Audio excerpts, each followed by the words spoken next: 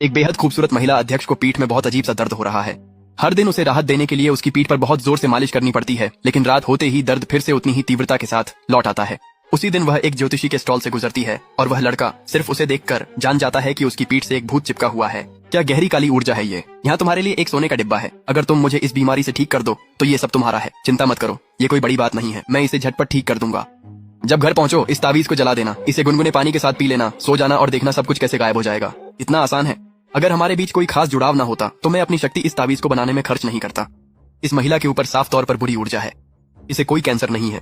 क्या धोखेबाज है ये। एक घसीटा सा चित्र बनाता है और लाखों कमा लेता है। देखना कभी न कभी इसका दाम उल्टा पड़ जाएगा। अरे ये क्या कर रही हो, क्या कर रही हो। आंखें खोलकर अच्छे से देखो। ये वही रिपोर्ट है जो आज ही मेरी जांच के बाद मिली है। यहाँ साफ साफ लिखा है कि मेरे अंदर एक भी कैंसर की कोशिका नहीं है। मुझे बेवकूफ बनाने की कोशिश कर रहा है। जानते हो तुम्हारे साथ क्या होने वाला है। अरे नहीं, तुम्हें कुछ भी नहीं है तो फिर तुम मुझे ढूंढने क्यों आई हो। माफ करना, मुझसे गलती हो गई, मुझे माफ कर दो। हा मिस फांक रुकिए, अभी अभी एक बूढ़े ठग को भगाया था और अब एक जवान आ गया। क्या बात है, तुम भी मुझे नकली तावीज बेचने आए हो क्या। मेरा तावीज तुम्हें ठीक कर सकता है। क्या तमाशा लगा रखा है तुमने। मुझे तो कुछ भी बुरा नहीं है। तुम गलत इंसान के पास आ गए हो। ये सच है कि तुम बीमार नहीं हो, लेकिन तुम्हें हर रात बुरे सपने आते हैं। तुम्हारे सपनों में ऐसी चीजें आती हैं जो अच्छी नहीं है और तुम हमेशा एक ही समय पर अचानक जाग जाती हो। क्या मैं गलत हूँ। तुम्हें ये कैसे पता। मुझे यकीन नहीं हो रहा कि मैं स्वर्गलोक का सम्राट इतना गिर गया हूँ कि तावीज बेच रहा हूँ। खैर कोई बात नहीं।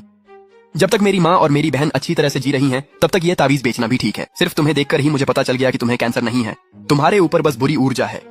ये तावीज अपने तकिए के नीचे रखो, एक रात सो जाओ, वह बुरी ऊर्जा अपने आप चली जाएगी। यह बात तो मुझे बहुत जानी पहचानी लगती है। कहीं तुम उस बूढ़े ठग के साथी तो नहीं हो। तुम्हारी मर्जी, लेना है या नहीं। हाँ मुझे चाहिए। तुम्हें मेरी बुरे सपनों के बारे में भी पता है। पक्का तुम्हें उस बूढ़े ठग से कहीं ज्यादा पता है। 2 लाख कितना सस्ता है। मेरे पास यहाँ 1 मिलियन नकद है। अगर चाहो तो मैं तुम्हें सब दे सकता हूँ। अगर मुझे अमीर बनना होता तो उसके 1000 तरीके होते मेरे पास। तुम्हें यह तावीज बेचना तो बस एक संयोग है और संयोग से ही मुझे उन 2 लाख की जरूरत है। यह आदमी बाहर से तो बिल्कुल सामान्य लगता है, लेकिन असल में इसके अपने सिद्धांत हैं। 2 लाख सौदा पक्का, लेकिन मेरी एक शर्त है। कौन सी शर्त। मुझे यकीन नहीं है कि यह तावीज सच में काम करता है।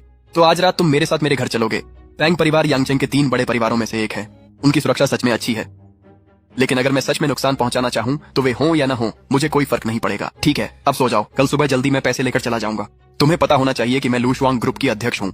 बहुत से पुरुष मुझे देखकर पिघल जाते हैं और अब मैं एक अजनबी को अपने घर में रुकने दे रही हूँ और तुम ऐसी प्रतिक्रिया दे रहे हो। मुझे परखने की जरूरत नहीं है।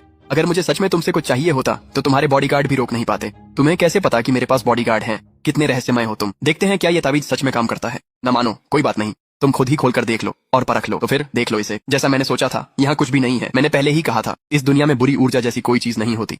अरे एक भूत, तो ये सच है। वाकई तुम एक महान गुरु हो। अरे मैं एक स्वर्गीय सम्राट, और थोड़ा सा पैसा कमाना कितना मुश्किल है। गुरुचू, वह तावीज